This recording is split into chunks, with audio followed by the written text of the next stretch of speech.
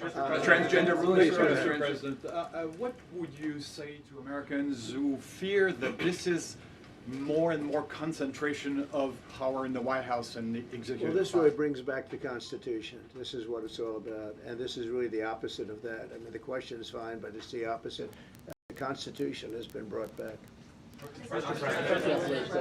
Thank you so much, President Trump. Illegal crossings in the border are 0 now. 0. Does everyone hear that? 0. Trump 2028! Do you intend, President Trump? Who's that guy? I like him. He's working the cameras. With this new reality, President Trump, in the border, do you intend to engage personally with leaders from South America, not only Central America, Sure. in order to I tackle do that anyway. this situation I in do a that regional anyway. way, and if you have a perspective of meeting some Sure. presidents from South America, as Brazil, for example? Well, you see, as an example, not South America, but NATO over the weekend. Yeah. They have great respect for our country now. They did things that nobody thought was possible.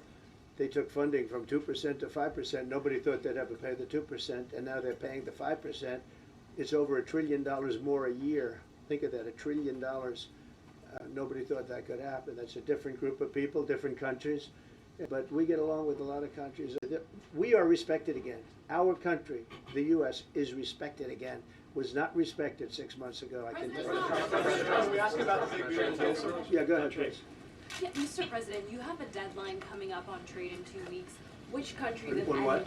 on trade, on tariffs, Yeah. sir? Which countries, if any, are close to agreements with the administration? Well, that's an interesting question. We've made a deal with China. We've made a deal with probably 4 or 5 different countries. With the UK, it was a great deal for both. And we're in the process of making some others. But ultimately, in fact, Scott is here, and Howard Lutnick, these 2 guys have been doing an incredible job, and the people that work with them have been doing an incredible job. But, you know, we have 200 countries, you could say 200 countries plus. We can't do that. So at a certain point over the next week and a half or so, or maybe before, we're going to send out a letter. We talked to many of the countries, and we're just going to tell them what they have to pay to do business in the United States. And it's going to go very quickly.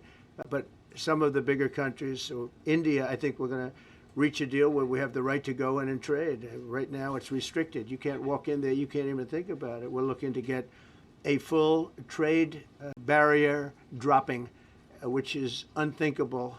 And I'm not sure that that's going to happen. But as of this moment, we've agreed to that, go into Indian trade. We're going to be trading in China. That's going to come a little bit down the road, but we're going to be trading in China. We have a lot of great things going, and we're getting along with countries, but some will be disappointed because they're going to have to pay tariffs. And we've taken in already hundreds of billions of dollars in tariffs. No inflation. The only problem we have is we have a Fed guy that doesn't understand what's happening, and it would be great if he'd lower the rate because we'd be able to borrow a lot cheaper. Yeah, go ahead, please. Why don't we keep it on this subject? This is such a big subject. You know what? Trade is so big, but this, I don't know, in a certain way, this might be bigger than trade. I think this is bigger than trade. Yes, please, go ahead. I was wondering, though, if you could... Go ahead. Sir, on the transgender ruling, the Supreme Court ruling that parents with religious objections can pull their kids out of public school lessons that use LGBTQ materials. Pam brought it up.